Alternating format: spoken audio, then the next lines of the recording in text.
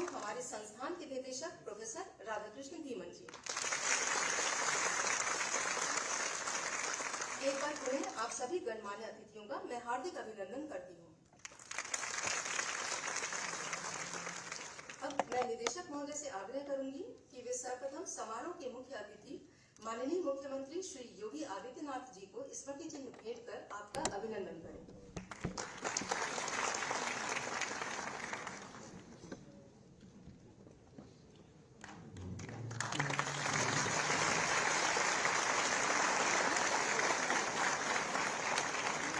निदेशक महोदय से अनुरोध है कि वे माननीय उप मुख्यमंत्री श्री ब्रजेश पाठक जी को स्मृति चिन्ह प्रदान करें।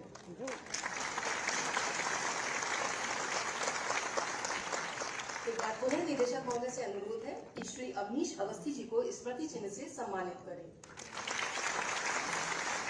हमारे अगले अतिथि मुख्य सचिव श्री दुर्गाशंकर मिश्र जी को स्मृति चिन्ह भेंट कर आपका अभिनंदन करें।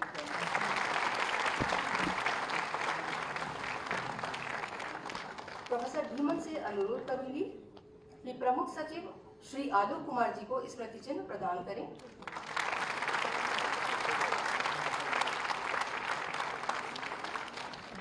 कृपया प्रोफेसर सोनिया नित्यानंद जी को स्मृति चिन्ह भेंट कर आपका अभिनंदन करें।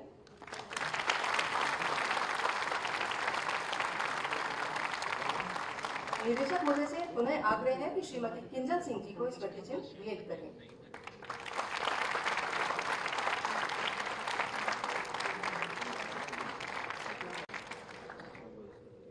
अब मैं अपने संयुक्त प्रशासन अधिकारी जेडीए सर से निवेदन करूंगी कि हमारे प्रोफेसर राधाकृष्ण धीमन जी को स्मृति चिन्ह प्रदान करें।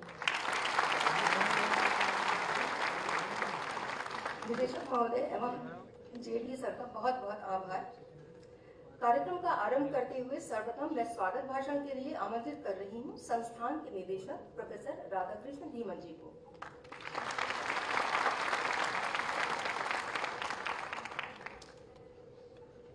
धन्यवाद।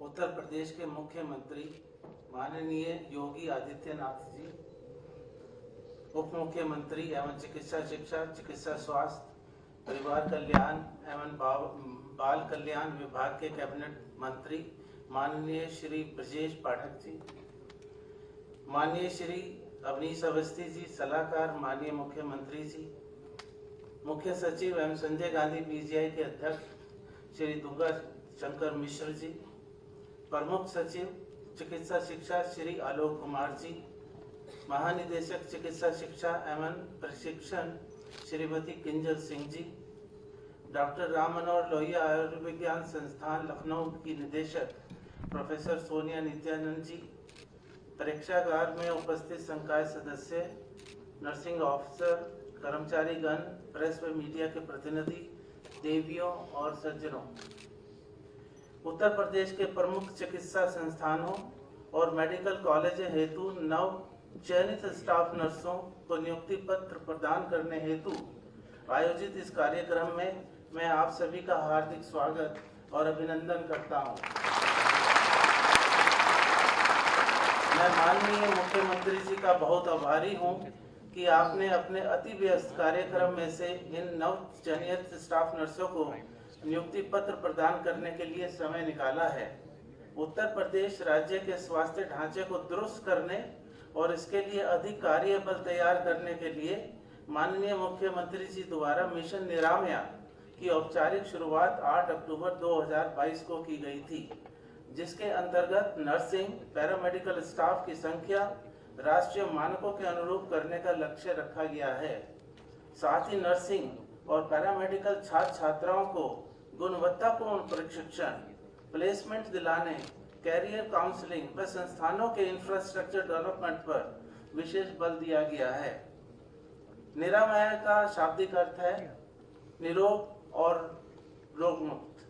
सर्वे संतु निरामया, सभी स्वस्थ हों, रोग मुक्त हों। इसके लिए आवश्यक है कि उत्तर प्रदेश राज्य के हर जिले में हेल्थ इंफ्रास्ट्रक्चर सुदृढ़ हो और संबंधित नर्सिंग और पैरामेडिकल स्टाफ प्रशिक्षित हो। माननीय मुख्यमंत्री जी के दिशा निर्देशों के अनुसार इस दिशा में कार्य प्रारंभ कर दिया गया है। नवंबर 2021 से आज तक SGPGI में 1692 पदों पर विज्ञापन और भर्ती की कार्रवाई पूर्ण की जा चुकी है। इसी क्रम में 905 नर्सिंग ऑफिसर पोस्ट के रिक्रूटमेंट हेतु फरवरी 2023 में एग्जामिनेशन कराया गया था, जिनमें से 252 अभ्यर्थियों को नियुक्ति पत्र निर्गत किए जा चुके हैं एवं शेष अभ्यर्थियों की नियुक्ति पत्र आगामी 2 से 3 महीने में निर्गत कर दिए जाएंगे। मुझे बताते हुए हर्ष हो रहा है कि संस्थान की उपरोक्त सफल भर्ती प्रक्रिया को देखते हुए चिकित्सा विभाग उत्तर प्रदेश शासन द्वारा उत्तर प्रदेश व शासी राज्य चिकित्सा महाविद्यालयों की स्टाफ नर्स के 1974 पदों की भर्ती का उत्तरदायित्व भी संजय गांधी PGI को दिया गया। SGPGI द्वारा इन 1974 पदों पर सफलतापूर्वक परीक्षा संचालन कराकर परीक्षा परिणाम 10 अप्रैल 2023 को शासन को प्रदान करा दिया गया है। SGPGI में आज माननीय मुख्यमंत्री श्री योगी आदित्यनाथ जी द्वारा जिन नए चयनित नर्सिंग ऑफिसर को नियुक्ति पत्र प्रदान करने के लिए प्रदान किए जा रहे हैं, उनमें SGPGI के 905, डॉक्टर राम मनोहर लोहिया संस्थान के 431, राजकीय मेडिकल कॉलेज के 53 और उत्तर प्रदेश आयुर्विज्ञान विश्वविद्यालय सफाई के 53 नर्सिंग ऑफिसर शामिल हैं। इस अवसर पर मैं यह भी बताना चाहता हूं कि संस्थान के कॉलेज ऑफ नर्सिंग के शैक्षणिक वर्ष 2023-24 में BSc नर्सिंग की सीट को 40 से बढ़ाकर 60 कर दिया गया है। मेडिकल सर्जिकल नर्सिंग में 6 सीट, चाइल्ड हेल्थ नर्सिंग में 4 सीट के साथ MSc नर्सिंग प्रोग्राम भी 10 सीट के साथ प्रारंभ कर दिया गया है। मुझे यह बताने में बहुत ही हर्ष हो रहा है कि मिशन नैराम के अंतर्गत SGPGI के कॉलेज ऑफ नर्सिंग ने मेंटरशिप इंस्टीट्यूट डेवलपमेंट प्रोग्राम के उच्च स्तरों को भी पूर्ण किया है। क्वालिटी काउंसिल ऑफ इंडिया के द्वारा 22 मार्च 2023 को नर्सिंग कॉलेज का रेटिंग असेसमेंट किया गया था। इसमें हमें 21% अंक अर्थात A ग्रेड प्राप्त हुआ है। हमें पूर्ण विश्वास है कि हम मिशन निरामया के नर्सिंग और पैरामेडिकल छात्र छात्राओं के गुणवत्तापूर्ण प्रशिक्षण के लक्ष्य को सफलतापूर्वक पूर्ण कर पाएंगे। हमारा अगला आगामी लक्ष्य शेष रिक्त पदों का चयन की कार्रवाई अगले 6 से 8 माह में पूर्ण करने की है। तदुपरांत चयन प्रक्रिया चयन वर्ष के अनुसार निरंतर करती जाएगी। अतः अंत में मैं सभी नव चयनित नर्सिंग ऑफिसर को और उनके परिवारजनों को उनकी सफलता के लिए बधाई देता हूं और उनके स्वर्णिम भविष्य की कामना करता हूं।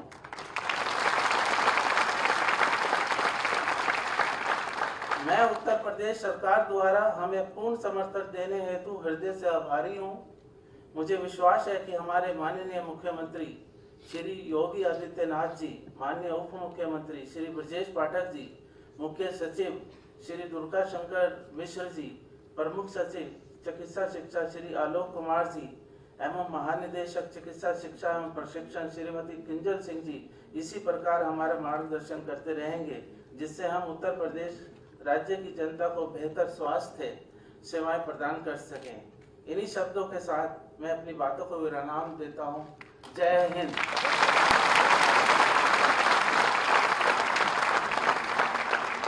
धन्यवाद महोदय। अब मैं मुख्य सचिव श्री दुर्गा शंकर मिश्र जी से निवेदन करूंगी कि वे इस अवसर पर अपना संबोधन प्रस्तुत करने की कृपा करें।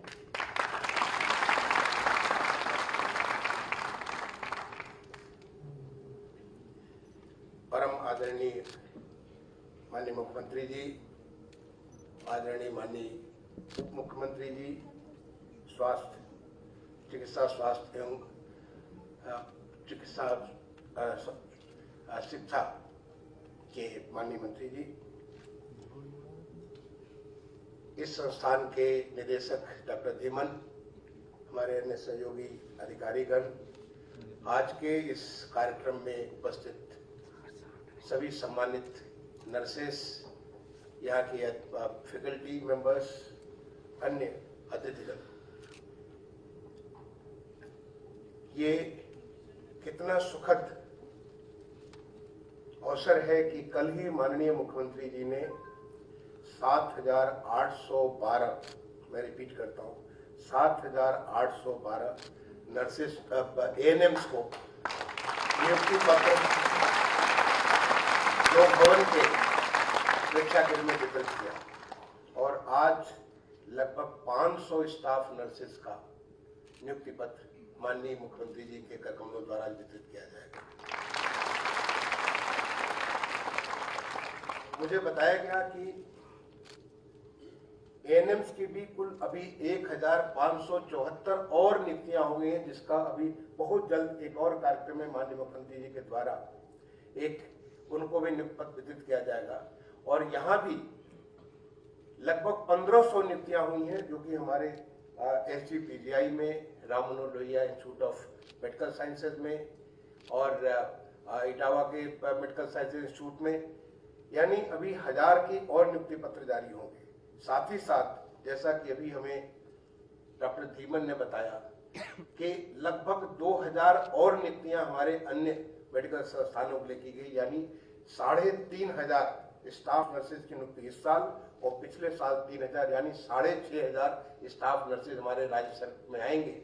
और इसमें भी जो इस समय ठीक 8 महीने पहले 8 अक्टूबर 2022 को माननीय मुख्यमंत्री जी ने मिशन निरामया का जो शुभारंभ किया, उससे किस प्रकार से अभी डॉक्टर धीमन ने बताया कि इनके भी संस्थान में नर्सिंग और पैरामेडिक्स की पढ़ाई में सुधार हुआ है। ऐसे पूरे प्रदेश में जो सुधार हो रहा है, इससे हमारे प्रदेश की स्वास्थ्य व्यवस्था किस प्रकार से सुधर रही, किस तेजी से सुधर रही है, ये आप सब आकलन कर सकते हैं। इससे भी बड़ी जो हमारी एक नारी शक्ति, कल का जो तस्वीर माननीय मुख्यमंत्री जी का सारे नर्सेस के साथ था, इतना बड़ा, इतना अच्छा लग रहा था कि सारा पूरा हॉल, मुझे माननीय मुख्यमंत्री जी ने कार्यक्रम के बाद बताया कि केवल वहां पे 26 पुरुष थे, बाकी सारी महिलाएं थी। इतना अच्छा ये हमारा शक्ति प्रदर्शन हुआ, ये कितना बड़ा सुखद संयोग था। तो ये जो एक प्रदेश में बहुत तब्दील, एक नया उत्तर प्रदेश के लिए जो तब्दील हो रहा है, उसके लिए मैं आज इस संस्थान में माननीय मुख्यमंत्री जी का बहुत स्वागत करता हूं, उनका अभिनंदन करता हूं कि उनके द्वारा पूरे प्रदेश में एक पूरी स्वास्थ्य व्यवस्था की आमूलचूल परिवर्तन के लिए जो मिशन निरामया, उसके माध्यम से बहुत बड़ा परिवर्तन हो रहा है। और उन तमाम सारे नर्सेस के लिए जो आज आपको नियुक्ति पत्र मिलेगा, आप सबसे निवेदन करूंगा कि आपको ये बड़ा आपका सौभाग्य है कि आपको एक अच्छी सेवा करने का मौका मिला है।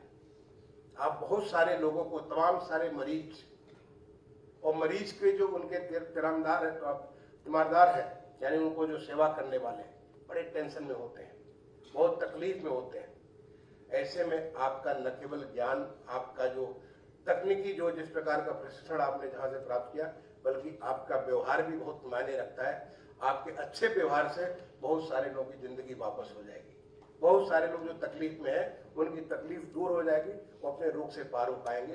तो मैं आपको और आपके माता पिता जिन्होंने आपके अभिभावक जिन्होंने आपको स्टाफ नर्स के स्थान तक पहुंचाया, उनका तो अभिनंदन करता ही करता हूं।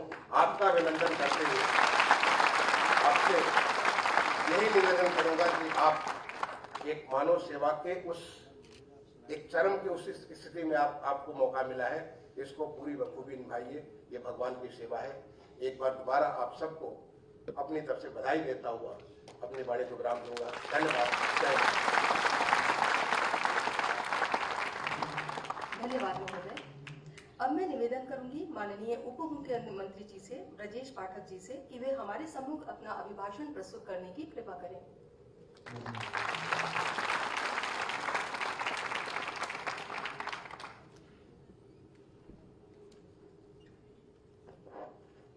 SGPGI के सभागार में चिकित्सा शिक्षा विभाग के अंतर्गत नव चयनित स्टाफ नर्स अभ्यर्थियों के नियुक्ति पत्र वितरण समारोह में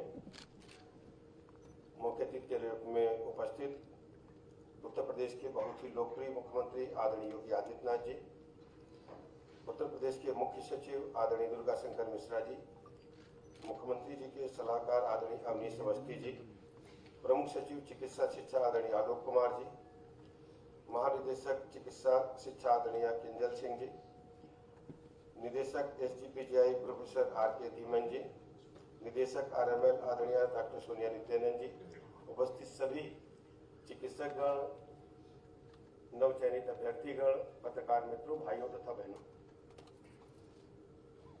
चिकित्सा जगत में आप सब नियुक्ति पत्र के साथ काम करना प्रारंभ करने जा रहे हैं। ऐसे शुभ अवसर पर आप सबको बहुत बहुत बधाइयां देता हूं, शुभकामनाएं देता हूं।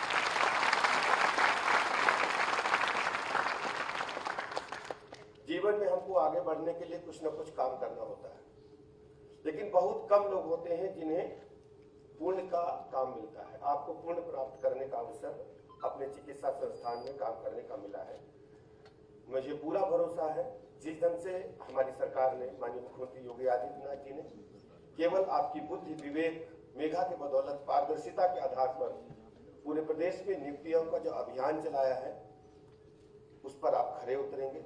और आप में से कोई एक व्यक्ति भी नहीं कह सकता कि किसी की सिफारिश पर कोई नौकरी पाया है और किसी को भी कुछ देना पड़ा है। 2017 से पहले क्या होता है,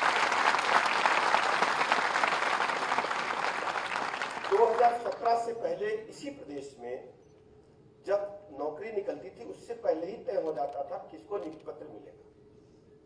पूरी तरह से व्यवस्था में दीमक लगी हुई थी, तंत्र को चौपट करके तत्कालीन सरकार ने रख दिया था। मैं ऐसे अवसर पर आभार प्रकट करना चाहता हूं माननीय मुख्यमंत्री जी का, कि उन्होंने शासन में पारदर्शिता के साथ नौजवानों को सेवा करने का अवसर उनकी बुद्धि, विवेक, कौशल के आधार पर दिया है। और केवल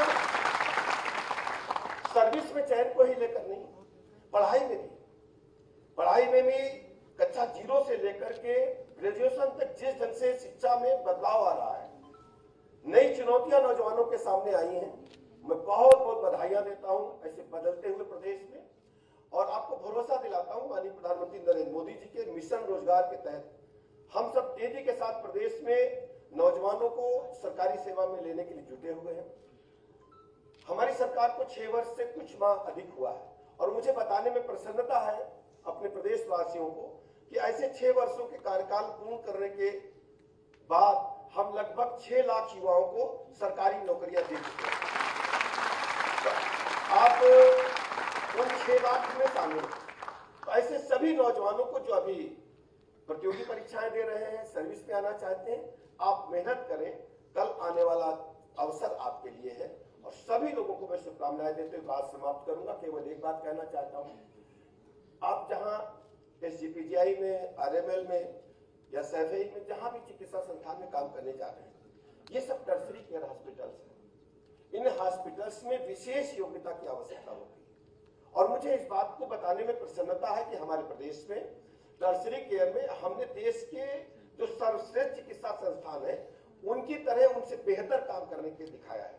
मैं अपने सभी निदेशकों को इस बात के लिए शुभकामनाएं देता हूं, बधाइयां देता हूं कि हमें और बेहतर करके दिखाना है और ऐसे बेहतर ढंग से काम करना है कि हमारे प्रदेश के जो मरीजों को बाहर न जाना पड़े और बेहतर काम करने दिखाना है। मुझे पूरा भरोसा है इतनी बड़ी संख्या में नए स्टाफ नर्सेस के आने के बाद हमारी कार्यकुशलता और बेहतर होगी।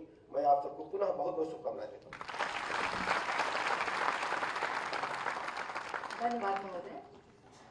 प्रतीक्षा के पल समाप्त हुए, वो शुभ घड़ी आ गई जिसकी प्रत्येक चयनित अभ्यर्थी को प्रतीक्षा थी। आप सभी नर्सिंग ऑफिसर के लिए अत्यंत गौरव और सौभाग्य का विषय है कि माननीय मुख्यमंत्री जी के द्वारा आप अपना नियुक्ति पत्र ग्रहण करेंगे। अब मैं माननीय मुख्यमंत्री जी से विनम्र निवेदन करूंगी कि आप अपने कर कमलों से इन अभ्यर्थियों को नियुक्ति प्रदान करने की कृपा करें। सर्वप्रथम मैं संजय गांधी स्नातकोत्तर आयुर्विज्ञान संस्थान के लिए चयनित नर्सिंग ऑफिसर्स को मंच पर आमंत्रित करूंगी। कृपया एक एक कर मंच पर आएं। कुमारी साक्षी,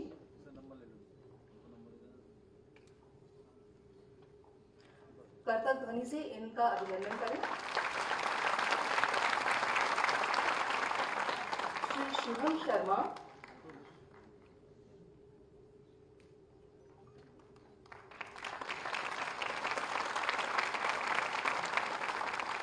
कुमारी आकांक्षा यादव,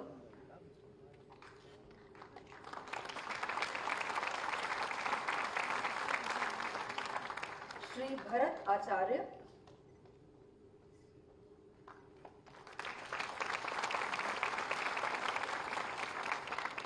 कुमारी ज्योति,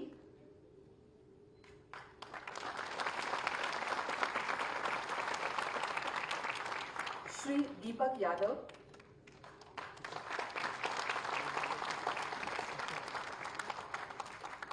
श्री धर्मेंद्र सिंह जी,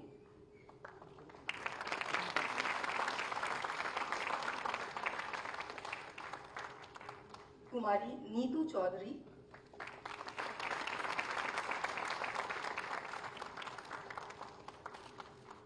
कुमारी निहारिका दास,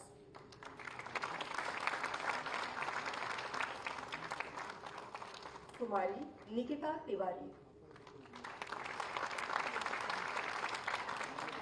अब मैं मंच पर आमंत्रित करती हूँ डॉक्टर राम मनोहर लोहिया आयुर्विज्ञान संस्थान के लिए चयनित नर्सिंग ऑफिसर्स को। सर्वप्रथम कुमारी गरिमा मौर्य,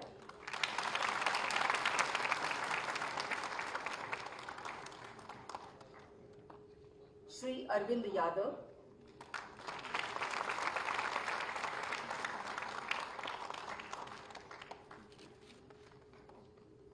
श्री महेश कपूर वर्मा,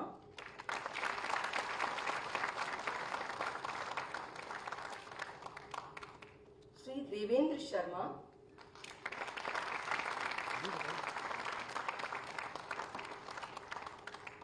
कुमारी राखी भारती,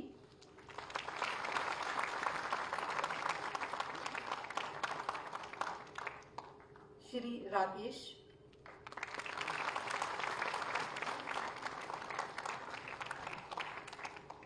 श्री राकेश कुमार त्रिपाठी,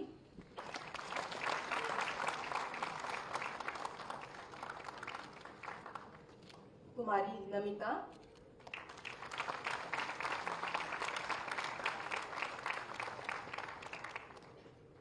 श्री नीतीश शर्मा,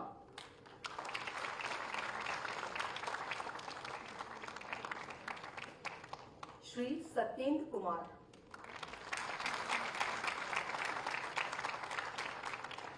इसी क्रम में अब मैं मंच पर आमंत्रित करती हूं उत्तर प्रदेश आयुर्विज्ञान विश्वविद्यालय सैफई में चयनित नर्सिंग ऑफिसर्स को। सर्वप्रथम कुमारी गरिमा,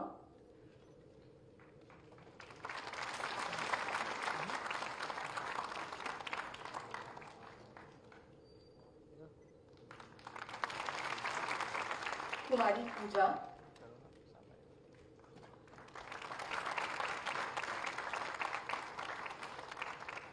कुमारी सौम्या शर्मा,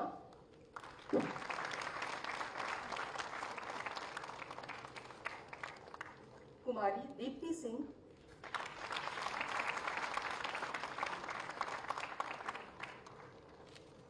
कुमारी ज्योति बिष्ट। अंत में मैं मंच पर आमंत्रित करती हूँ राजकीय मेडिकल कॉलेजों के लिए चयनित अभ्यर्थियों को। सर्वप्रथम कुमारी शीला देवी,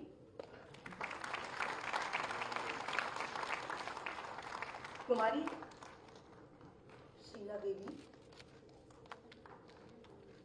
कुमारी भावना सिंह,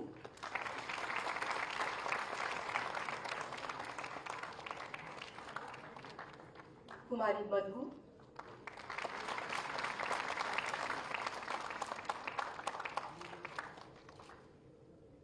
ईशा देव जी,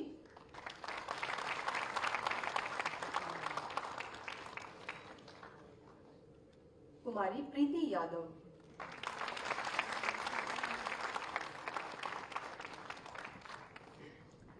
माननीय मुख्यमंत्री जी एवं आप सभी अतिथियों का बहुत बहुत आभार। कृपया सभी अतिथिगण अपना आसन ग्रहण करें। सभी नर्सिंग ऑफिसर्स कितने आह्लादित हैं, चेहरे पर प्रफुल्लता देखते ही बनती है। और वो भी क्यों ना, अपार संभावनाओं और आशाओं से भरा भविष्य जो सामने है। आप सभी को आपके उज्जवल भविष्य के लिए बहुत बहुत शुभकामनाएं।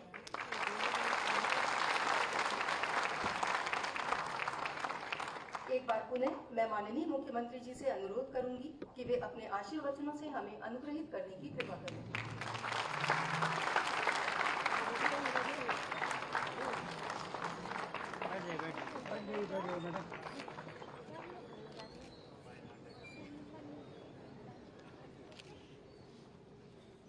चिकित्सा शिक्षा विभाग के तत्वाधान में एसपीसीआई, आरएमएल और अन्य चिकित्सा संस्थानों में नर्सिंग ऑफिसर्स की नियुक्ति पत्र वितरण के आज के इस कार्यक्रम में मंच पर उपस्थित प्रदेश शासन में मेरे वरिष्ठ सहयोगी उप मुख्यमंत्री श्री ब्रजेश पाठक जी, प्रदेश के मुख्य सचिव श्री दुर्गाशंकर मिश्र जी, प्रदेश शासन में सलाहकार के रूप में अपनी सेवाएं दे रहे हैं प्रदेश सरकार के पूर्व अपर मुख्य सचिव श्री अवनीश कुमार अवस्थी जी, प्रमुख सचिव चिकित्सा शिक्षा श्री आलोक कुमार जी, SCPCI के निदेशक प्रोफेसर राधा कृष्ण धीमन जी, डॉक्टर राम मनोहर लोहिया आयुर्विज्ञान संस्थान के निदेशक प्रोफेसर सोनिया नित्यानंद जी, महानिदेशक चिकित्सा शिक्षा एवं प्रशिक्षण श्रीमती किंजल सिंह जी, SCPCI के सभी यहाँ के फैकल्टी मेंबर्स, नवचयनित नर्सिंग ऑफिसर्स और उपस्थित भाइयों बहनों, आप सबके चयन के लिए आपको बधाई देते हुए मैं SCPCI संस्थान की नियुक्ति की इस प्रक्रिया के लिए हृदय से धन्यवाद करता हूं।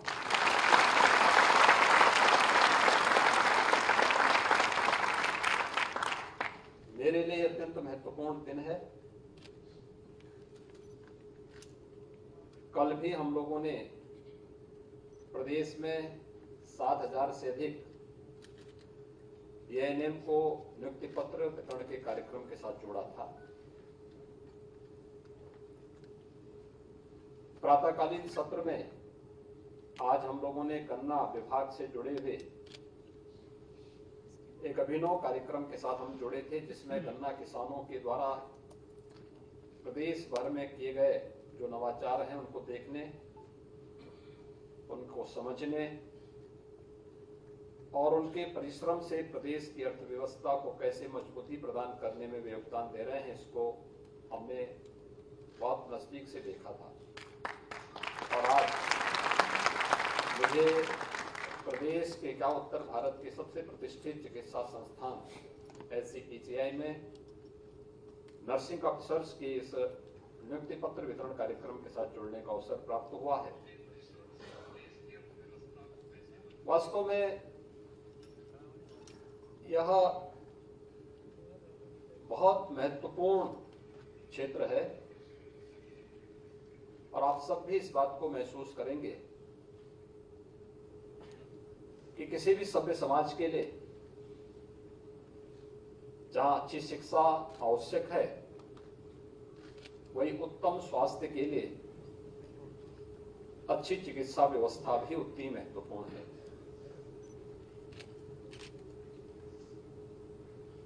जितना योगदान आरोग्यता प्रदान करने में चिकित्सकों का है, उससे कम भूमिका पैरामेडिक्स या नर्सिंग स्टाफ की नहीं है। चिकित्सकों के मार्गदर्शन में, उनके नेतृत्व में नर्सिंग स्टाफ मरीज के साथ अपने व्यवहार के माध्यम से और अपनी सेवा के माध्यम से आरोग्यता के लक्ष्य को प्राप्त करने में एक बड़ी भूमिका का निर्वहन कर सकते हैं। पिछले 6 वर्ष के अंदर प्रदेश के अंदर आज जो परिवर्तन देखने को मिलते हैं, उसका परिणाम बिना भेदभाव के शासन के द्वारा किए गए कार्यक्रम है। हम लोगों ने पूरे प्रदेश भर में जो कार्यक्रम चलाए हैं, आज उसके परिणाम हम सबके सामने देखने को मिल रहे हैं। मुझे याद है जब 2017 में हम लोग आए थे, तो उस समय प्रदेश में सरकार के द्वारा अलग अलग समय में बनाए गए कुल 12 गवर्नमेंट मेडिकल कॉलेजेस थे।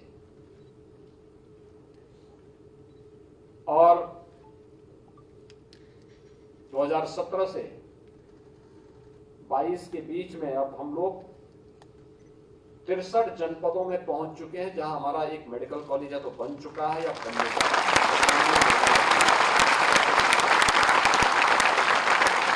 One district one medical college आज इस सपने को उत्तर प्रदेश साकार करने जा रहा है। हम तो लकीर के फकीर नहीं बन सकते, हमें समाज की आवश्यकता के अनुरूप उस प्रकार की व्यवस्था देनी पड़ेगी। और ये आदरणीय प्रधानमंत्री जी का विजन है, उनका मार्गदर्शन है कि प्रदेश उत्तर प्रदेश में भी हर जनपद में एक मेडिकल कॉलेज बन सके। हम लोगों ने कहा जहां नहीं हो सकता वहां पर भी हम लोग या तो गवर्नमेंट के स्तर पर नहीं तो पीपीपी मोड पर एक मेडिकल कॉलेज का निर्माण करें, क्योंकि मेडिकल कॉलेज अपने आप में एक विशेषज्ञ चिकित्सा सेवा का एक उत्तम माध्यम होता है। और इस सदी की सबसे बड़ी महामारी के दौरान हमने देखा जिन जनपदों के बारे में हम सोचते थे कि कैसे यहां कार्य होगा, उन जनपदों ने भी जब एससीपीजीआई से, केजीएमयू से और आरएमएल से हम लोगों ने उन्हें टेली कंसल्टेशन के साथ जोड़ा, वर्चुअल आईसीयू के साथ जोड़ा, मुझे देख के आश्चर्य हो रहा था कि वह भी उतना ही अच्छा कार्य कर पा रहे थे जितना अच्छा कार्य हमें यहां देखने को मिलता है।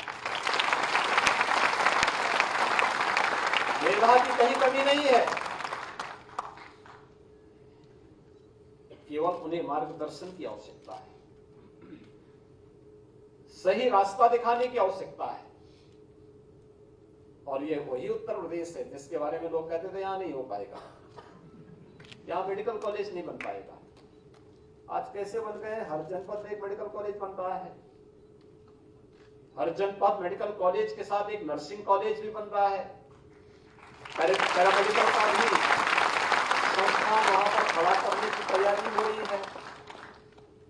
क्वालिटी कंट्रोल के लिए क्वालिटी क्यूसीआई को उसके साथ जोड़ा गया है और वह निरंतर इस कार्यक्रम को आगे बढ़ाने का कार्य कर रहा है।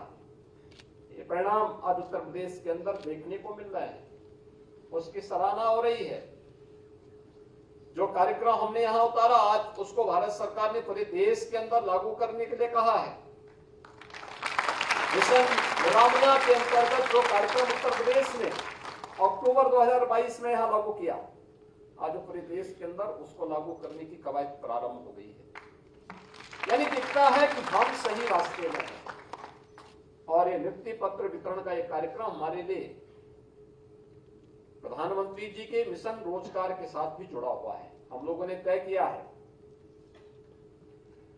कि हर व्यक्ति को लिए कठिन होता है कि हम सरकारी क्षेत्र में हर व्यक्ति को नौकरी दे पाएंगे, लेकिन सरकारी क्षेत्र में जितनी भी नियुक्तियां होंगी उन सबको लेकर के जो खाली होंगी उन सबको भी हम लोग लगातार भर्ती की प्रक्रिया को जोड़े हुए हैं। और जैसे अभी पाठक जी बता रहे थे कि 6 साल हुए हैं गवर्नमेंट के, 6 लाख सरकारी नियुक्तियां हम लोगों ने दी, लेकिन 6 लाख नियुक्तियों के साथ साथ हर वर्ष पिछले 6 वर्ष के दौरान हम लोगों ने 12 से 15 लाख निजी क्षेत्र में भी नौकरी की संभावनाओं को वहां विकसित किया और उसके लोगों को वहां नौकरी और रोजगार। आप अनुमान कर सकते हैं कि उत्तर प्रदेश, हम लोग जब आए थे 2017 में, अनएम्प्लॉयमेंट यूपी का 19 के आसपास था, और आज लोग इस बात को लेकर आश्चर्यचकित होते हैं कि आज यूपी का जो अनएम्प्लॉयमेंट रेट है वह 3 और 4 के बीच में है। 3 और 4 रोजगार की संभावनाएं, नौकरियां बढ़ी है। दूसरा, पारदर्शी तरीके के साथ हर व्यक्ति को नौकरी की संभावनाओं के साथ जोड़ने का कार्य भी किया गया। कोई भेदभाव नहीं, अगर योग्य है उसको उसका अधिकार मिलना चाहिए, उसे वंचित नहीं करना चाहिए। किसी भी प्रतिभा को उसकी जाति, उसके मत, उसके मजहब के आधार पर उसके साथ भेदभाव होना इस समाज के साथ भेदभाव है और समाज के विकास को बाधित करने जैसा। और पिछले 6 वर्ष के अंदर आपने देखा होगा कितनी भी नियुक्तियां हम लोगों ने की हैं, बड़ी बड़ी नियुक्तियां की। अकेले उत्तर प्रदेश पुलिस में 1,64,000 से अधिक भर्तियां हमने की और कोई उंगली नहीं उठा सकता, कोई उंगली नहीं उठा सकता। बेसिक शिक्षा परिषद में 1,26,000 शिक्षकों की भर्ती हुई, कोई उंगली नहीं उठा सकता। माध्यमिक शिक्षा में 40,000 से अधिक भर्तियां की, कोई उंगली नहीं उठा सकता। उच्च शिक्षण संस्थानों में, टेक्निकल एजुकेशन के संस्थानों में, स्वास्थ्य विभाग में, उत्तर प्रदेश लोक सेवा आयोग, अधीनस्थ सेवा चयन आयोग या उच्चतर शिक्षा चयन आयोग हो या माध्यमिक शिक्षा चयन आयोग, इन सभी में नियुक्ति की प्रक्रिया को पूरी पारदर्शी तरीके के साथ संपन्न करने का कार्य हुआ है और जिसके कारण तात्कालिक रूप से कोई व्यक्ति कोर्ट में गया होगा, कोर्ट ने मेरिट के आधार पर सुनवाई करके अंततः फैसला हमारे पक्ष में किया है, हमारे आयोग या बोर्ड के पक्ष में किया है और परिणाम है कि हम लोगों ने 6 लाख से अधिक नियुक्ति की प्रक्रिया को अब तक संपन्न किया है और हम लोगों ने तय किया है कि हर वर्ष 1 लाख सरकारी नियुक्तियां और 12 से 15 लाख निजी क्षेत्र की नियुक्तियां हम उत्तर प्रदेश के युवाओं को उपलब्ध करवाने का कार्य कर रहे हैं।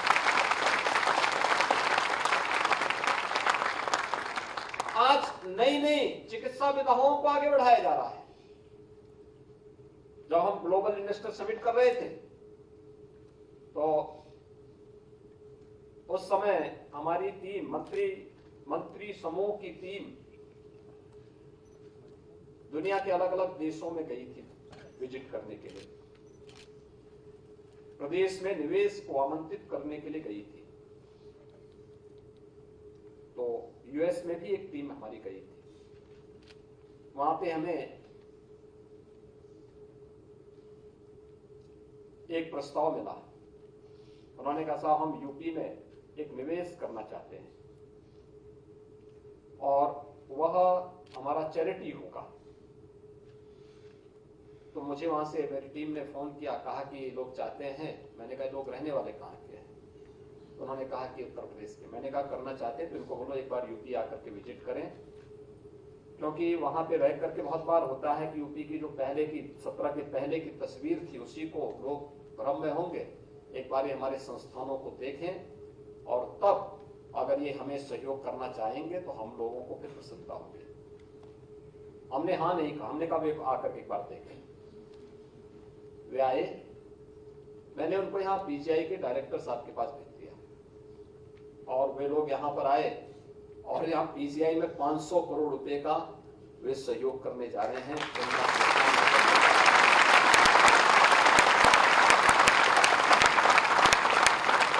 यानी कि उत्तर प्रदेश में लोगों को विश्वास नहीं होता था, आज मैं देखता हूं हर जनपद में हमारे पास लोग आते हैं, हम इस साथ सहयोग करना चाहते हैं।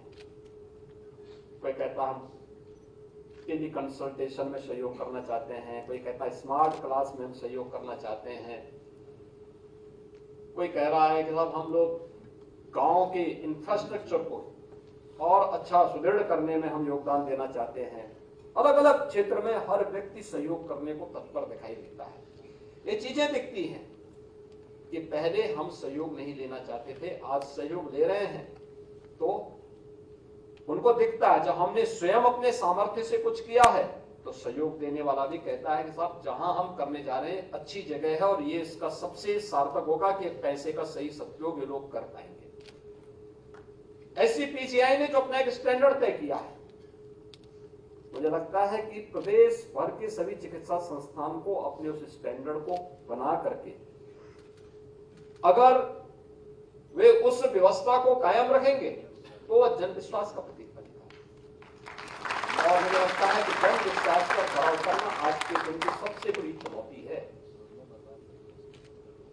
कोई व्यक्ति अचानक इधर उधर नहीं भागता है।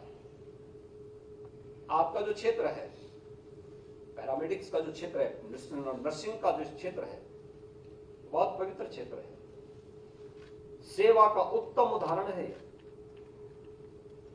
लेकिन इसमें सबसे पहला आपका व्यवहार निर्भर करता है। याद रखना, मरीज का आधा उपचार तो आपके व्यवहार से हो जाएगा। आधा वह दर्द भूल जाएगा, आधा वह अपनी बीमारी भूल जाएगा अगर आपने उससे सद्व्यवहार से बात किया और सही चीज बताया। हमारे जो चीफ सेक्रेटरी बता रहे थे ना यहाँ पे भी कि मरीज जब आएगा स्वाभाविक रूप से तनाव में होगा। एक तो बीमारी का तनाव, दूसरा पता नहीं कितना खर्च होगा इसको लेकर के भी, क्योंकि बीमारी तो अचानक आती है, बता के नहीं आती है, और जब आती है तो वो ये नहीं बताती कितना खर्च होना है। एक सामान्य मध्यम वर्गीय परिवार के लिए या निम्न मध्यम वर्गीय परिवार के लिए वह एक अतिरिक्त बोझा होता है। अलग विषय, सरकार इसमें सहयोग कर रही है आयुष्मान भारत के माध्यम से, या फिर मुख्यमंत्री जन आरोग्य योजना के माध्यम से, या मुख्यमंत्री राहत कोष से भी हम लोग बड़े पैमाने पर सहयोग कर रहे हैं। लेकिन उस सब के बावजूद जब तक वो सहायता मिलती है तब तक तो कुछ देर तक खर्चा उनके ऊपर ही आता है। उस तनाव में उसका व्यवहार कभी कभी चिड़चिड़ा हो सकता है, बीमारी के नाते भी, और जो नया आर्थिक बोझ आ रहा है उसके नाते भी। उन स्थितियों में उसकी पीड़ा को समझते हुए पूरे धैर्य के साथ अगर हम उससे बातचीत करते हैं और उसको आश्वस्त करते हैं कि ठीक हो जाओगे, कोई समस्या नहीं, हिम्मत से काम लो, और बहुत अच्छे ढंग से उसके साथ बातचीत अगर आपने करना प्रारंभ किया, आधी से अधिक बीमारी उसकी अपने आप समाप्त हो जाएगी। तो वो बीमारी केवल शारीरिक नहीं होती है, मानसिक भी होती है। बहुत सारी बीमारियों का उपचार तो मनोवैज्ञानिक तरीके से होता है, और एक मनोवैज्ञानिक के रूप में आपको उस मरीज के साथ व्यवहार करना है। अगर आप उस मरीज को पहले बोलेंगे तुम ठीक नहीं हो सकते, तुम्हारा स्वास्थ्य खराब है, तुम गंदे रहते हो, या तमाम प्रकार से बातें करोगे, तो वह ठीक होने वाला भी होगा तो भी या तो वैसे मर जाएगा, नहीं तो वह छोड़ करके भाग जाएगा वहां से कि भाई जब मरना ही है तो अपने घर में मरूंगा, क्यों मैं आपके यहां मरूं। और इसलिए कभी भी उसके साथ इस प्रकार का व्यवहार नहीं होना चाहिए। हमारा व्यवहार उसके प्रति बहुत सौहार्दपूर्ण होना चाहिए, अपनत्व भरा होना चाहिए, भावनात्मक एक झलकना चाहिए उसके मन में। आपका व्यवहार उसको सदैव इस रूप में दिखना चाहिए, जब कभी भी उसको संकट आए तो आपका चेहरा उसके सामने नजर आए, देखिए उन्होंने मुझे वहां पे कितना अच्छा मेरा उपचार किया कि मैं ठीक होकर के आ गया, मुझे नया जीवन मिल गया। ये भाव और ये व्यवहार आपका होना चाहिए, और ये आपकी सबसे बड़ी पूंजी होगी। नौकरी प्राप्त करना आपके जीवन का ध्येय था, आपने प्राप्त किया। आपको एक प्रतिष्ठित संस्थान मिल रहे हैं, SCPGI, RML, सिपाही का आयुर्विज्ञान संस्थान, या गवर्नमेंट मेडिकल कॉलेजेस में आपको जगह जगह आपको नौकरियां मिल जाएंगी, मिल गई हैं, आप काम करेंगे। आपको एक अवसर है इस क्षेत्र में अपने को बेहतर साबित करने का, लेकिन उसकी प्राथमिकता होगी अपने क्षेत्र में कार्य की दक्षता के साथ साथ कोई चीज नहीं आती है अपने सीनियर से पूछिए, कोई दिक्कत नहीं, लेकिन अपने व्यवहार को ठीक रखना, विपरीत परिस्थितियों में भी धैर्य नहीं खोना, और विपरीत परिस्थितियों में भी धैर्य न खो करके आप अगर कार्य करते हैं तो आप अपने क्षेत्र के साथ भी न्याय करेंगे, चिकित्सा व्यवस्था के साथ भी न्याय करेंगे, और स्वाभाविक रूप से आपकी प्रतिष्ठा अपने संस्थान में भी बनेगी, और एक आम मरीज भी आपके प्रति विश्वसनीय बना रहेगा, सदैव बना रहेगा। और इसीलिए आपकी सबसे बड़ी जिम्मेदारी बनेगी कि अब आपको अपने आप को साबित करना होगा, और उस स्थिति से जहां भी चिकित्सा संस्थान आप लोगों को अपनी ड्यूटी देता है, पूरी तन्मयता के साथ, पूरी प्रतिबद्धता के साथ वहां पर कार्य करते हुए उत्तर प्रदेश की चिकित्सा व्यवस्था को बेहतर करने, भारत हमें आरोग्यता के संपूर्ण लक्ष्य को प्राप्त करने में योगदान देना है, तो सबसे बड़ी आबादी के राज्य में हमें इस लक्ष्य को पहले प्राप्त करना होगा। देश की आबादी का यानी 17-18% लोग तो उत्तर प्रदेश में निवास करते हैं। इतनी बड़ी आबादी यूपी में है और यह देश के अंदर विभिन्न मानकों को तय करती है और उस दिशा में हमारा प्रयास होना चाहिए कि उनमें हम भी अपना योगदान दे सकें। एक नागरिक के नाते, स्वास्थ्य विभाग के एक अभिन्न हिस्सा होने के नाते, चिकित्सा शिक्षा विभाग के अभिन्न हिस्सा होने के नाते, एक चिकित्सा संस्थान का अभिन्न हिस्सा होने के नाते अपने चिकित्सा संस्थान की छवि को ध्यान में रखते हुए हमें उस मानक पर अपने आप को खरा उतारने के लिए तैयार करना होगा। मुझे बहुत प्रसन्नता है कि मैं देख रहा था आरएमएल के यानी 16-17 वर्षों के बाद पहली बार वहां भर्ती की प्रक्रिया हुई है। 430 स्टाफ की वहां भर्ती की प्रक्रिया यानी सरकारें आती गई, बनती गई, बिगड़ती गई, लोग भूल ही गए कि ये आरएमएल भी उत्तर प्रदेश में है। अक्सर देखता था वहां पे, अक्सर मेरे पास शिकायत आती थी, लेकिन अच्छा हुआ ये भर्ती की प्रक्रिया को सकुशल ढंग से आगे बढ़ा करके इसको पूरा किया गया। पीजीआई में भी या आयुर्विज्ञान संस्थान से कई हमारे गवर्नमेंट मेडिकल कॉलेजेस हैं और अभी तो ढेर सारी और नियुक्तियां होने जा रही हैं। मुझे लगता है 55 से 60 हजार नई नियुक्तियों की प्रक्रिया से के साथ चिकित्सा शिक्षा विभाग पूरी तत्परता के साथ इन प्रक्रियाओं को समयबद्ध तरीके से आगे बढ़ाने के लिए, क्योंकि हमारे जो नए मेडिकल कॉलेजेस आ रहे हैं कुछ इस सत्र में प्रारंभ होंगे, कुछ अगले सत्र में प्रारंभ होंगे, इन सब में प्रक्रियाएं बढ़नी है, तो चीजें आगे बढ़नी है। आप में से बहुत सारे ने बीएससी नर्सिंग किया होगा, आप बीएससी नर्सिंग तक ही सीमित मत रखिए, एमएससी नर्सिंग के लिए आगे प्रयास करिए और ज्ञान को जितना विस्तार दे सकते हैं देने के लिए तैयार रहना चाहिए। और आपके पास अब चिकित्सा संस्थान है, आपको दोनों प्रकार से अपने आप को जोड़ना होगा। मैं मेडिकल एजुकेशन से भी कहूंगा कि बीएससी नर्सिंग के बाद उन्होंने प्रारंभिक जानकारी ले ली है, एमएससी के लिए आवश्यक नहीं कि रेगुलर क्लास करें, सायकालीन सत्र में उनके लिए अलग से क्लास करें, कुछ वर्चुअल क्लासेस की व्यवस्था करें, जिससे उनकी तैयारी सर्विस के साथ इसके साथ हमें तकनीक का भी उपयोग करना होगा, क्योंकि बाहर परिवार महंगी फीस देने में सक्षम नहीं होता और फिर एक समय के बाद हर बच्चे की कोई तमन्ना रहती है कि मैं अब अपने माँ बाप पे क्यों आश्रित रहूं, अपने पैरों पर खड़ा होकर के कमाऊंगा, फिर अपनी पढ़ाई को जारी रखूंगा। और मुझे लगता है, मैंने देखा है साउथ में, मैं इस बात को अक्सर महसूस करता हूं कि वे बच्चे जब नर्सिंग बीएससी नर्सिंग उन्होंने किया, उसके बाद में अलग अलग जगह सर्विस करते हैं, फिर वहीं से रह करके कोई एमएससी करता है, कोई पीएचडी करता है, कोई आगे बढ़ करके फिर अपने कैरियर को बहुत अच्छे ढंग से आगे बढ़ा लेता है। और ये फील्ड एक ऐसा है जिसमें नौकरी की कमी नहीं है, कहीं भी आपको मिल सकता है, लेकिन आपको अपने क्लिनिकल जॉब को भी उतनी मजबूती के साथ करना होगा, लेकिन साथ साथ उस विषय के बारे में भी आपकी उतनी मजबूत पकड़ होनी चाहिए और उसके लिए अपने आप को सदैव तैयार रखना, टेक्नोलॉजी का बेहतर उपयोग करने के लिए अपने आप को तैयार करना, अपने व्यवहार को जितना अच्छा कर सकते हैं, जितना कूल बन सकते हैं, सुनना सबकी बात को आराम से सुनना, गुस्सा घर में उतारिए, लेकिन मरीज के हर गुस्से को सामना करना है, फेस करना है। हम लोग सुनते हैं, पब्लिक के बीच में जाते हैं, वो 10 प्रकार की बात करता है, लेकिन हम लोगों को सुनना होता है। और मैं जनता दर्शन में मिलता हूं लोगों से, 300-400 लोगों से मिलता हूं और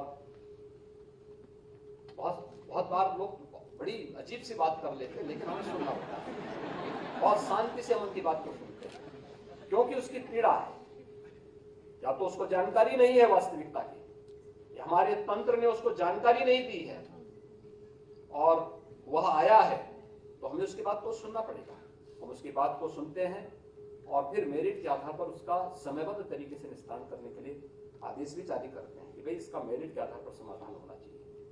बहुत बार मैं देखता हूं कि अधिकारी कर्मचारी उसको हटाने हमें गए तो मैं उसको बोलने दूं, अगर वह अब भी नहीं बोलेगा तो कब बोलेगा?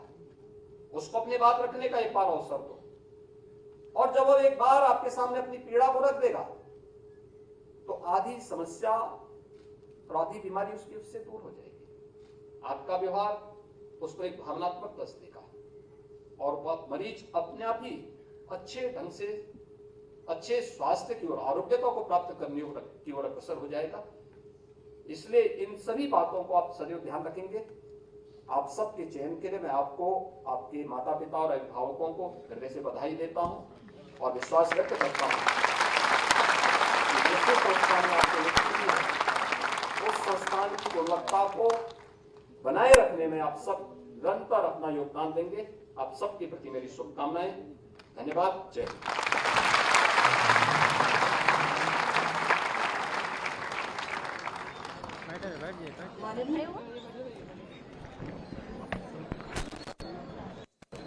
माननीय मुख्यमंत्री जी की ओजपूर्ण वाणी एवं सार गर्भित शब्द सदैव ही हमारे मन मस्तिष्क पर अमिट छाप छोड़ते हैं।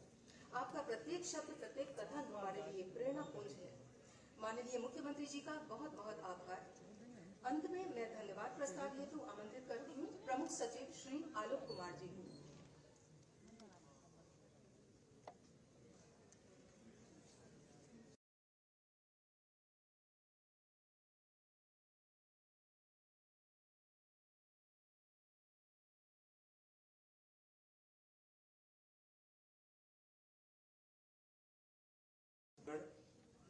अन्य अतिथिगण, नवनियुक्त नर्सिंग अधिकारीगण,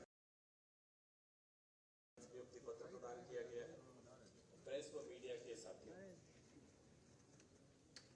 आज इस समारोह के माध्यम से सरकार ने एक बहुत बड़ा संदेश दिया है और वो संदेश ये है कि यह सरकार उत्तर प्रदेश को एक स्वस्थ प्रदेश बनाने के लिए कृत संकल्प है और इस संकल्प की परिणति में न केवल अवस्थापना सुविधाओं यानी बिल्डिंग और इक्विपमेंट पे ध्यान दे रही है, बल्कि जो सबसे क्रूशियल है किसी स्वास्थ्य व्यवस्था को अच्छा बनाने में, वो मानव संसाधन के ऊपर विशेष ध्यान दे रही है। जैसा कि बताया गया, पिछले 6 महीने में माननीय मुख्यमंत्री जी के आशीर्वाद से चिकित्सा शिक्षा विभाग में, सिर्फ चिकित्सा शिक्षा विभाग में 72,000 नए पद सृजित किए और ये हम कक्षा 5 साल में भरेंगे और इसी की एक सिलसिला आज शुरुआत है और ये हर साल इसी प्रकार से चलता रहेगा। दूसरा संदेश ये है कि स्वास्थ्य के क्षेत्र में रोजगार के असीम अवसर है। राज्य सरकार द्वारा संचालित अधिष्ठानों में भी और निजी अधिष्ठानों में, अंतर्राष्ट्रीय स्तर पर भी काफी अपॉर्चुनिटीज हैं, अवसर हैं। राज्य सरकार इन अवसरों को जमीनी धरातल पर लाने का एक प्रयास कर रही है और इसी प्रकार से राज्य सरकार, जैसा कहा गया, निरामिया के माध्यम से निजी नियोक्ताओं को भी और अंतर्राष्ट्रीय नियोक्ताओं को भी उत्तर प्रदेश में आकर्षित करने का प्रयास कर रहे हैं। अंत में जैसा कहा गया, इन सब का अंतिम ध्येय हमारा जो सामान्य नागरिक है जो उपचार कराने के लिए हमारी व्यवस्था पर विश्वास करके आता है वो है। तो हम सबका एक कर्तव्य बनता है कि सामूहिक रूप से टीम वर्क के साथ हम उनको बेहतर सेवाएं और बेहतर उपचार दे सकें, ताकि वो ये माने कि सरकार वास्तव में कल्याणकारी सरकार का जो एक परिकल्पना उसकी दृष्टि में है वो उसको महसूस हो हमारी चिकित्सा संस्थानों के माध्यम से। मैं माननीय मुख्यमंत्री जी का विशेष आभारी हूँ कि उनके प्रेरक एवं उत्साहवर्धन करने वाला नेतृत्व हमें हमेशा प्रदान होता रहता है और चिकित्सा के क्षेत्र में जिस संवेदनशीलता के साथ और जिस दृढ़ इच्छा शक्ति के साथ उन्होंने इस क्षेत्र को ड्राइव किया है, वो अकल्पनीय परिवर्तन हम देख रहे हैं, अपने आंखों के सामने देख रहे हैं। मैं माननीय उप मुख्यमंत्री जी का भी हृदय से आभारी हूँ, क्योंकि उनके ऊर्जावान नेतृत्व का प्रयास है, का ही यह परिणाम है कि यह विभाग लगातार उत्तरोत्तर उन्नति के पथ पर अग्रसर है। मैं आदरणीय मुख्य सचिव